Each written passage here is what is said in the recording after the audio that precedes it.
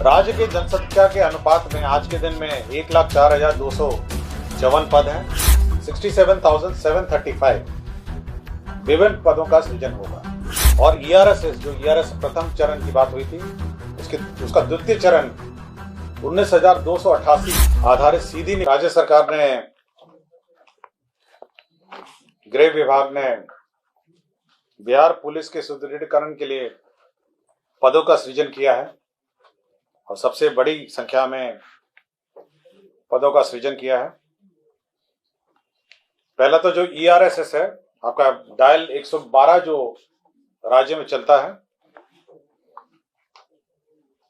Emergency response support scheme जो है system है, उसके अंतर्गत 7,808 पदों का सृजन किया है। तो पहला तो प्रथम चरण का 7,808 पदों का सृजन किया, जिसमें पुलिस संवर्ग के एवं गैर पुलिस संवर्ग के बहाली होंगी।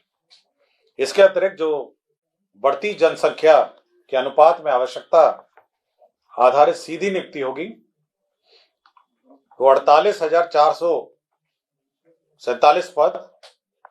और ईआरएस प्रथम चरण की बात हुई थी, उसका द्वितीय चरण 19,288 कुल 67,735 विभिन्न पदों का सृजन होगा। तो ये सबसे बड़ी बहाली होगी 67,735 और राष्ट्रीय औसत के अनुपात में राज्य के आवश्यकता अनुसार यह बहाली होगी।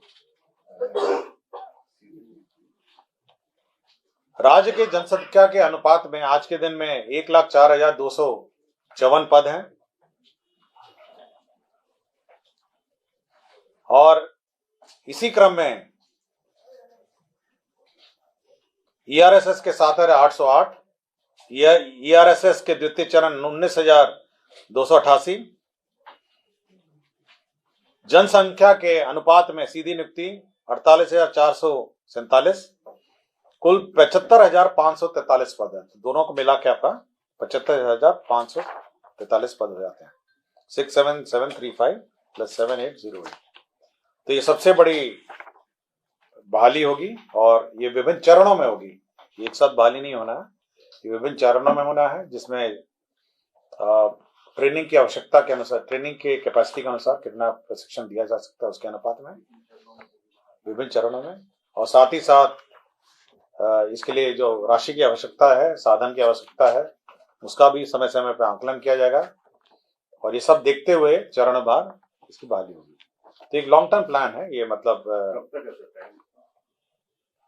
ये चरणवार है जैसे जैसे, और राज्य सरकार की प्राथमिकता है कि जल्द से जल्द हो जाए।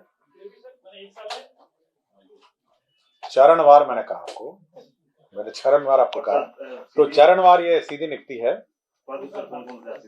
सीधी नियुक्ति वाले आपके कांस्टेबल हैं, मैं आपको पढ़ देता हूं।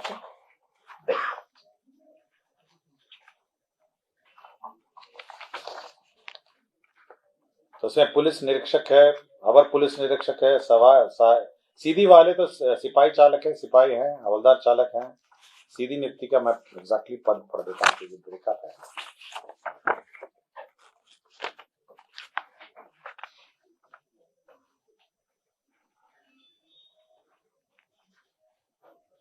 सीधी नियुक्ति का पुलिस अवर निरीक्षक एवं समकक्ष पद है 20,937। सिपाही एवं समकक्ष पद है 22,010। सिपाही चालक है 5,500। ये हो गया 48,447। ठीक है।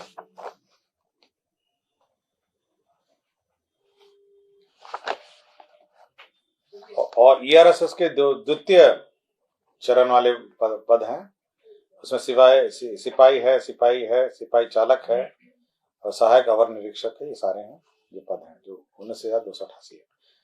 तो ये चरणवार बहाली होनी है और आवश्यकता अनुसार पुलिस मुख्यालय और गृह विभाग ये तय करेगा कि कितनी ट्रेनिंग की क्षमता है, क्योंकि साथ साथ जो बहाली होनी है उन सबकी ट्रेनिंग भी होनी है।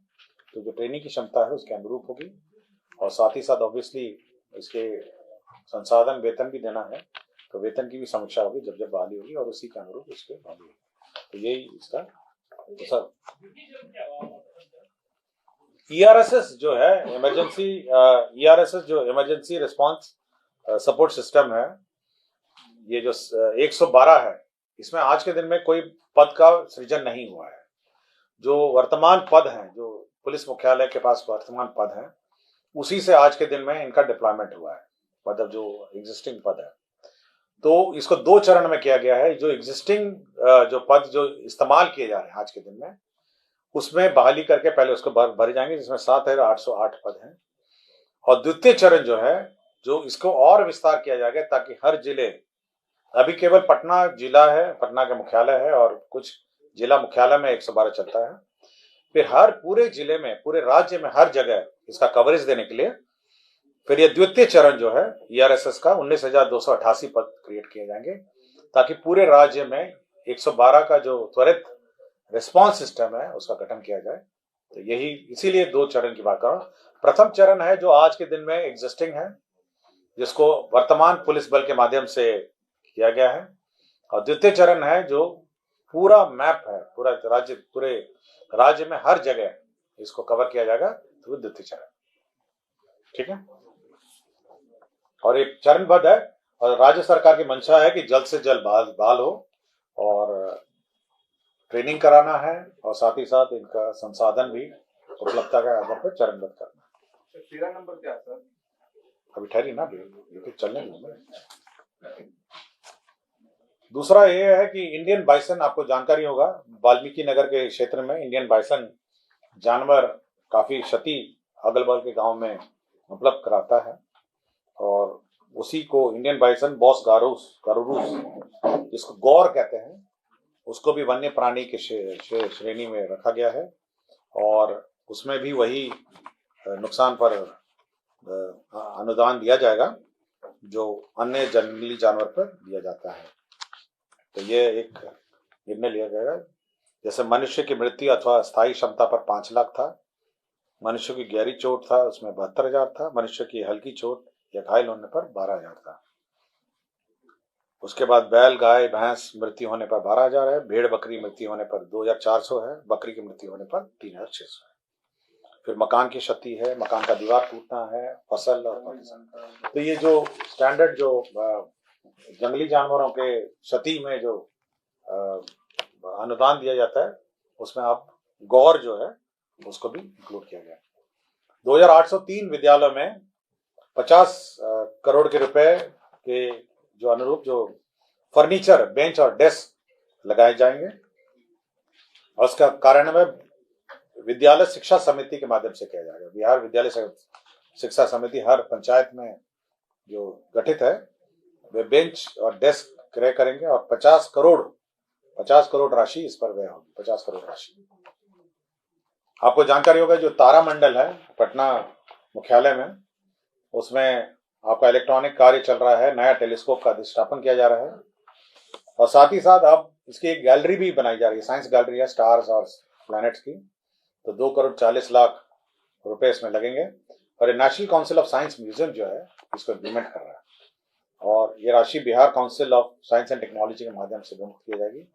तो बिहार प्लानिटोरियम जो पटना स्थित तारामंडल है उसका सुदृढ़ीकरण।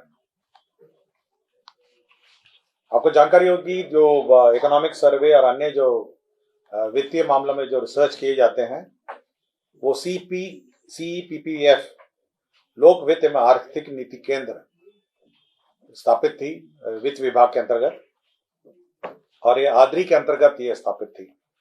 अब आद्री की संस्था से इसको हटा के स्वतंत्र इकाई Bihar institute of public finance and policy बनाया जाएगा, एक इंडिपेंडेंट सोसाइटी, और ये आर्थिक जो नीतियां हैं राज्य की, उस पर अध्ययन करेगी, समीक्षा करेगी और सुझाव देगी। ये वित्त विभाग के अंतर्गत ये सोसाइटी होगी, और इसके अध्यक्ष जो होते हैं वो अपर मुख्य सचिव, प्रधान सचिव वित्त विभाग रहते हैं, और इसका बोर्ड रहता है, इकोनॉमिस्ट रहते हैं। तो एक महत्वपूर्ण ये केंद्र रहेगा, और इकोनॉमिक सर्वे जो है यही संस्था गठन करती है। इकोनॉमिक सर्वे है और अन्य आर्थिक नीति पर रिसर्च। निबंधन कार्यालय है, उसका पुनर्गठन हुआ है। परसा, सोनपुर, पूर्णिया, बनमक्खी, समस्तीपुर, दलसिंह सराय रोसडा, बीटा और दानापुर, इसका क्षेत्र का पुनर्गठन किया गया है इन निबंधन कार्यालयों का। यह मद्य निषेध उत्पाद एवं निबंधन विभाग का प्रस्ताव था।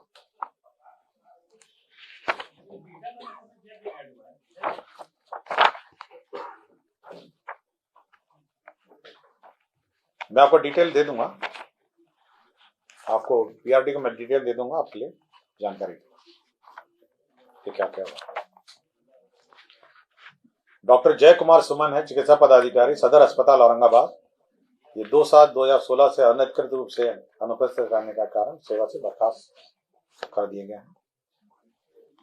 बिहार संवरणालय लिपिकीय संवर्ग नियमावली जो है 2011 में संशोधन हुआ है। इसमें प्रमोशन के जो पद थे उसमें कितने कितने पद ऊपर होंगे और किस प्रतिशत में होंगे ये निर्धारित नहीं था। तो ये निर्धारित किया, निम्न वर्ग लिपिक 60%, उच्च वर्ग लिपिक 25%, प्रधान लिपिक 10% और सहायक प्रशासनिक पदाधिकारी 5%। तो प्रतिशत का निर्धारण हुआ। बिहार विशेष सर्वेक्षण मानदेय आधारित संविदा नियोजन संशोधन नियमावली 2022 स्वीकृत की गई है।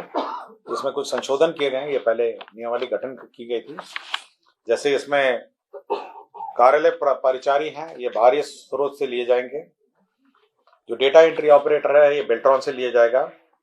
इसे सबसे महत्वपूर्ण, उसके बाद जो ये एक्सपीरियंस था आपका, जो इसमें मान्यता प्रताप, ये जो संविदा नियमावली में जो सर्वेयर का था उसमें एनसीवीटी एससीवीटी में जो मान्यता प्राप्त आईटीआई संस्थाएं हैं वहां से प्रशिक्षण प्राप्त योग्यताधारियों को लिया जाएगा।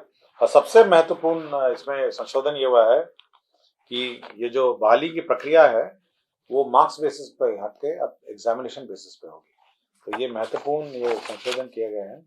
ये नियमावली 2022 विशेष सर्वेक्षण मानदेय आधारित संविदा नियोजन, ये सर्वे जो भूअर्जन का भूमि सर्वे चल रहा है उसी का बहाली है। इसमें मैं बता पढ़ देता हूँ। इसमें विशेष सर्वेक्षण सहायक बंदोबस्त पदाधिकारी है, विशेष सर्वेक्षण कानूनगो है, विशेष सर्वेक्षण अमीन है, विशेष सर्वेक्षण लिपिक है और कार्यालय प्रचारी।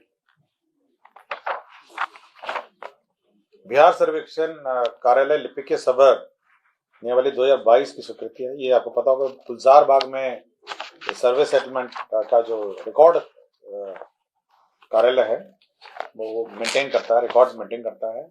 वही नक्शा वक्शा आपको मिलता है। उसी में जो संवर्ग है जो रिकॉर्ड कीपिंग करता है उसमें निम्न वर्गीय लिपिक, उच्च वर्गीय लिपिक, प्रधान लिपिक, सहायक प्रशासनिक पदाधिकारी, इन सबका जो नियमावली है वो स्वीकृत हुआ है। 13 नंबर में राष्ट्रीय खाद्य सुरक्षा अधिनियम 2013 की धारा 8 के साथ ये राष्ट्रीय खाद्य सुरक्षा नियम में जो अधिनियम था उसमें यह था कि जो फूड सिक्योरिटी एक्ट में यदि कोई ये कंडिका 4 है, food security public distribution act है, इसकी अधिसूचना है। ये इसमें जो allowance food security allowance rules है 2015 है, उसके रूल 4 में यदि कोई food grain non supply food grain किसी की गलती से नहीं होता है तो उसको अलाउंसेस देने का प्रावधान है। तो इसमें 1.25 गुना राष्ट्रीय खाद्य सुरक्षा अधिनियम, मतलब जो न्यूनतम समर्थन मूल्य है उसका 1.25 टाइम्स उसको भुगतान करना पड़ेगा। सपोज कोई व्यक्ति आता है और उसको खाद्यान्न नहीं मिलता है तो उसको 1.25 टाइम्स गुना उसको खाद्यान्न देना पड़ेगा यदि किसी की गलती है। इसके जो उसका एंटाइटलमेंट है उसको आप अगर न्यूनतम समर्थन मूल्य से मल्टीप्लाई करिए और साथ ही साथ उसको 1.25 से मल्टीप्लाई करिए। इसके लिए उसको शिकायत पहले करना पड़ेगा। उस शिकायत की जांच होगी कि किस कारण से नहीं मिला। जिसने नहीं दिया उसकी जवाबदेही निर्धारित होगी और उसके बाद इसका भुगतान का ऑर्डर किया जाएगा। जिला पदाधिकारी के व्यथित व्यक्ति के मामले में समय जांचोपरांत जिला पदाधिकारी द्वारा अधिकतम 15 दिन के भीतर खाद्य सुरक्षा भत्ता के भुगतान का आदेश पारित किया जाएगा। तो डीएम साहब बात पारित करेंगे। यदि कोई व्यक्ति इससे असंतुष्ट है तो वो इस पर अपील भी कर सकता है। तो सपोज आपको 25 किलो मिलना था, आपको 20 मिला, 5 किलो आपका घट गया, तो उस घटे हुए मात्रा का भी ये मल्टीप्लिकेशन फैक्टर है। न्यूनतम समर्थन मूल्य मल्टीप्लाइड बाय 1.25 उसको भुगतान हुआ। लेकिन इसकी प्रक्रिया है, उसको पहले कंप्लेंट करना पड़ेगा, उसका जांच होगा, जांच में संबंधित पदाधिकारी पर जवाबदारी निर्धारित की जाएगी और उसके बाद भुगतान का आदेश दिया जाएगा। ये प्रक्रिया भी है इसमें। ऐसा नहीं कि आपको नहीं मिला तो आप हकदार और हकदार हो जाएंगे, लेकिन आपको जांच के पश्चात ये कार्रवाई की जाएगी। 14 नंबर ये एजेंडा है जिसमें अंतिम एजेंडा था, जिसमें सामान्य भविष्य निधि अंशदान, जो सरकारी कर्मचारी अपना जीपीएफ जमा करते हैं उसकी अब सीमा 5 लाख कर दी गई है। तो पहले असीमित थी और न्यूनतम 6% था, लेकिन अधिकतम असीमित थी, इसको 5 लाख पर इसको सीमित कर। साल भर में 5 लाख से ज्यादा नहीं कर सकते। तो कम जो वेतन वाले हैं उन पर फर्क नहीं पड़ेगा, जो कम जमा करते थे, लेकिन जो ज्यादा